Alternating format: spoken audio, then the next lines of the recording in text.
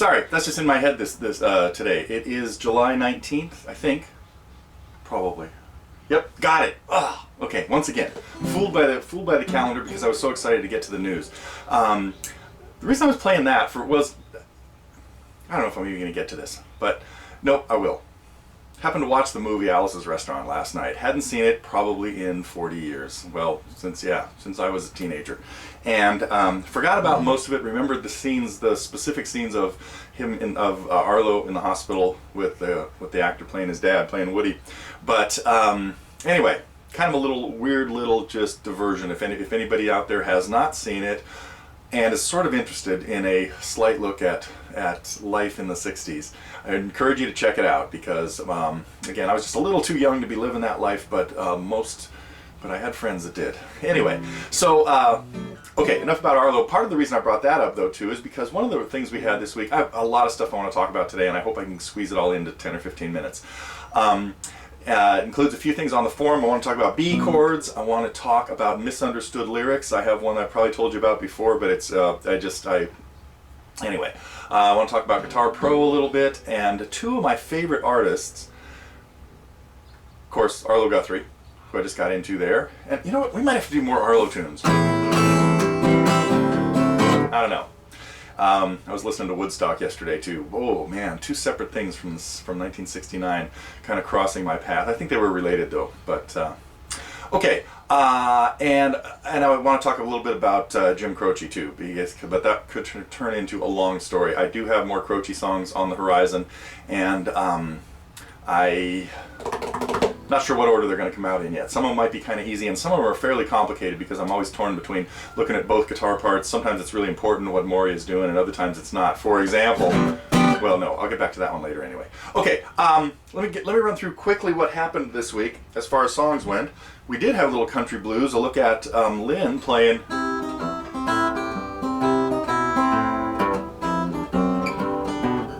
I think. Pretty sure that's the part of her lesson that came out this week, was us looking at Fish and Blues.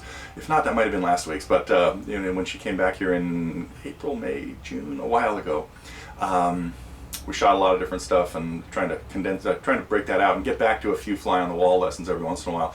Speaking of other things that haven't happened in a few weeks, took a look at, got a student review of Jeff's upload of Leader of the Band. I hope everybody's seen that. I think a lot of people have because I see a lot of comments on it.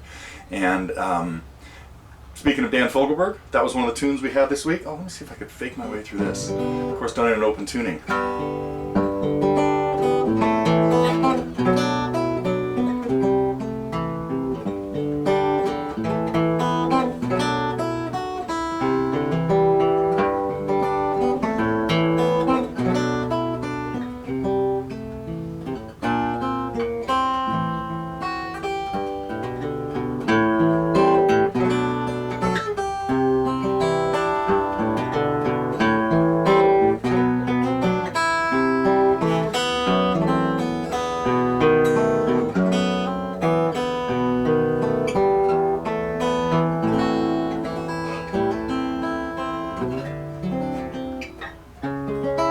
Okay, wait. I'm getting way off the track. So, finally got to this long time request of longer, beautiful Dan Fogelberg song. It also made me dig out all my Fogelberg albums from Home Free to Phoenix, Souvenirs, Innocent Age, even Captured Angel, and I think even one more. Also got me back to listen. Oh, never mind. Okay, I'm getting way off the track. So, what else did we have? We had Dan Fogelberg. We had the Police. And that, of course, every time I get, as you know, when I start getting something together by a band that especially one I'm really fond of, I get kind of obsessed and have to do more. So I think there's more Police on the horizon too. But right now the list is very long of things I'm trying to get to. So what else? Let me see if there's anything else on my list I forgot. Of course, I'm already getting my Croce stories.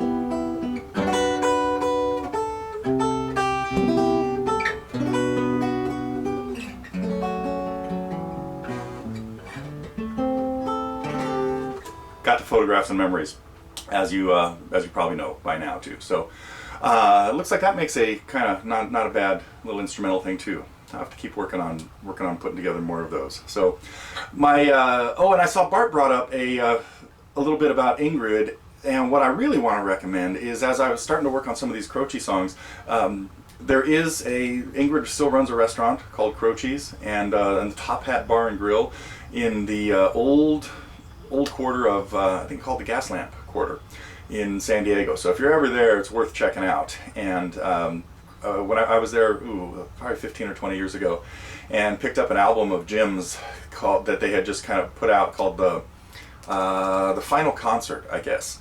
And I popped it in the car, or no, I didn't. I got home. I didn't have a CD player in the car yet. So I got home and put it on, and as soon as he started talking, I started crying, and I had to stop it. And I realized that I had not completely come to grips with his death, and it was because he was such an important, I guess, influence in my life in terms of songwriting and guitar playing. So it took me a while. It took me actually like another week or two. I kind of had to spend a little time almost grieving because I'd sort of tuned it out. I mean, this happened when I was 16, 17 years old, and it's one of those things you just go on about your life, and same thing happened with Harry Chapin, but that was a little bit later, so I was older when that happened. But anyway, so the odd part about this story was just that it took me a while to be able to get in the right mental state to sit down and listen to him again, and once I did, I still keep getting knocked out. So had a lot of fun putting together that lesson, and of course,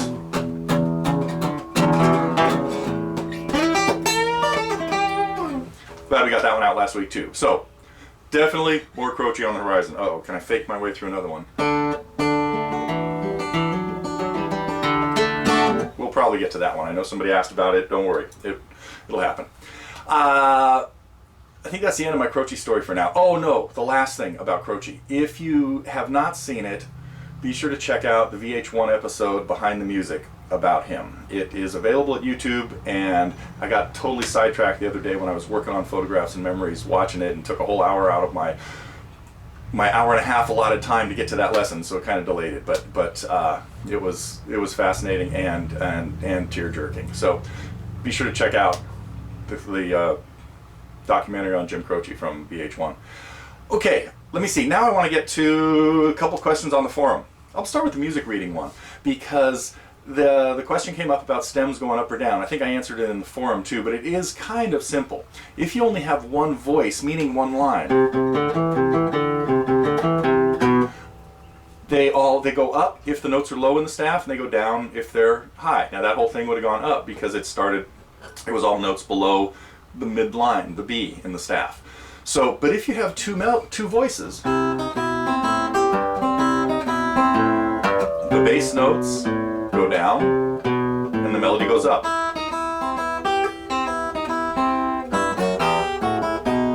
The other two voice piece.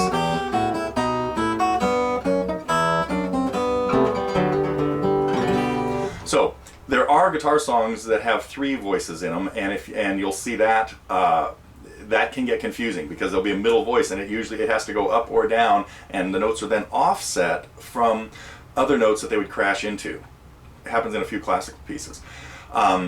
There also, and you'll see piano music on the grand staff with of course a bass clef and a treble clef written out in 4 parts for soprano, alto, tenor, and bass, 4 different vocal ranges. It'll work the same way. The bass voice will be down, the tenor voice will be up in the bass clef, and then the alto voice will be down in the treble clef, and the soprano voice will be up in the treble clef. Okay, hopefully that helps. Quick question on GuitarPro, the GP5 files versus GPX. I don't think GuitarPro 7 exists yet. I use GuitarPro 6 to put out, for the tab that I do, as does Vanessa. Oh, Vanessa! Jason Mraz. I totally forgot. Today, because it just happened today, and I wasn't sure it was going to.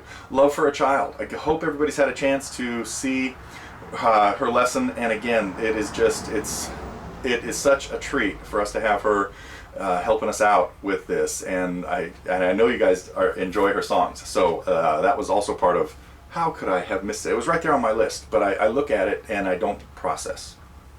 Anyway, so thanks Vanessa for getting us that Jason Mraz tune, and I look forward to what she might have to surprise us with next week.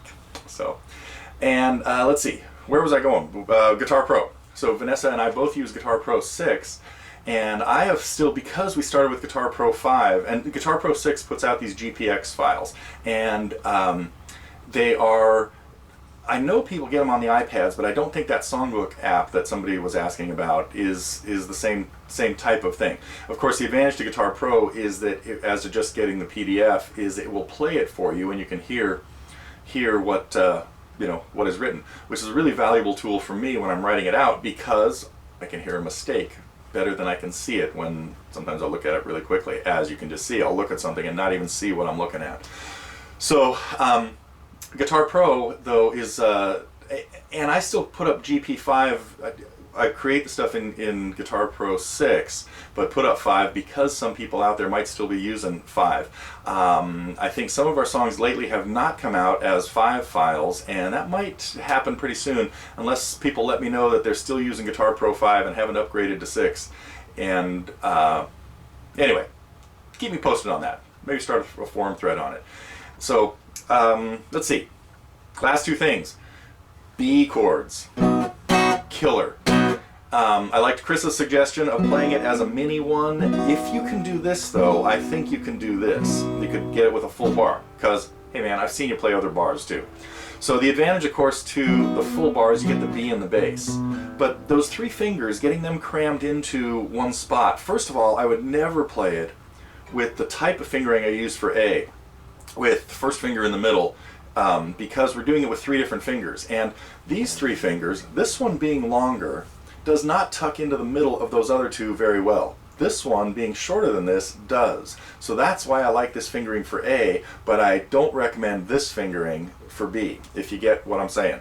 So if you're going to play the B with your 2nd, 3rd, and 4th fingers, put them in a row. You have the best chance of success with that. If you can, of course, do the hinge bar, you're good.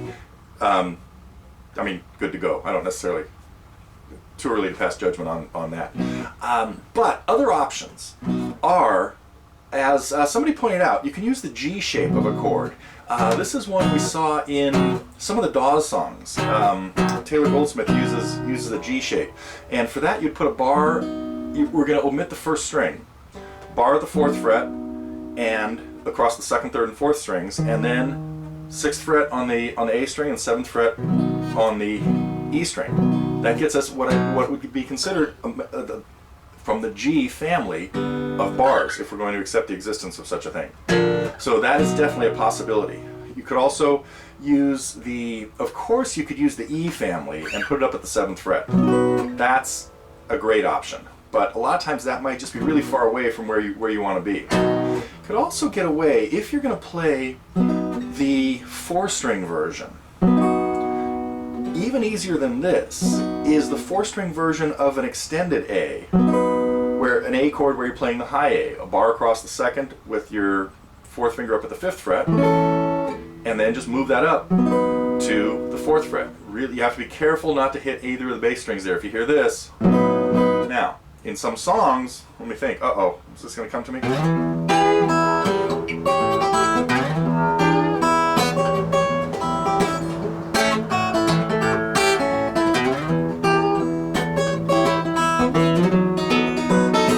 Right there in Hey Hey, Big Bill Broonzy's tune,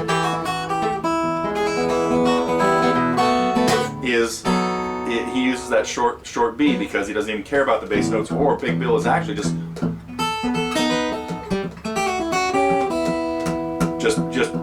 percussively hitting those bass notes. So let me think if that's all the options I want to think of for a B chord. There's that one, there's this one, there's this one, there's this one. Can we use a D shape too far up the neck? No way. So yeah, not useful in that particular case. Okay, last thing. Of course, the classic ones, Excuse Me While I Kiss This Guy and Bathroom on the Right, and the Bruce Springsteen, or the Manfred Mann version, the Bruce Springsteen tune, are all well known. But there's one that I found that was really embarrassing for me, and that was because I'd been teaching. I thought one of the greatest songs that came out of my, well, a song I really liked, of course, with stuff like this, songs from that same era that I thought were great guitar songs, and one hopefully everybody at this site has already learned.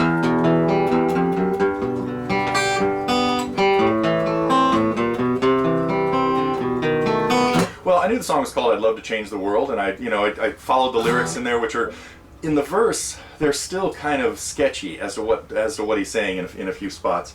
But when it gets to the chorus,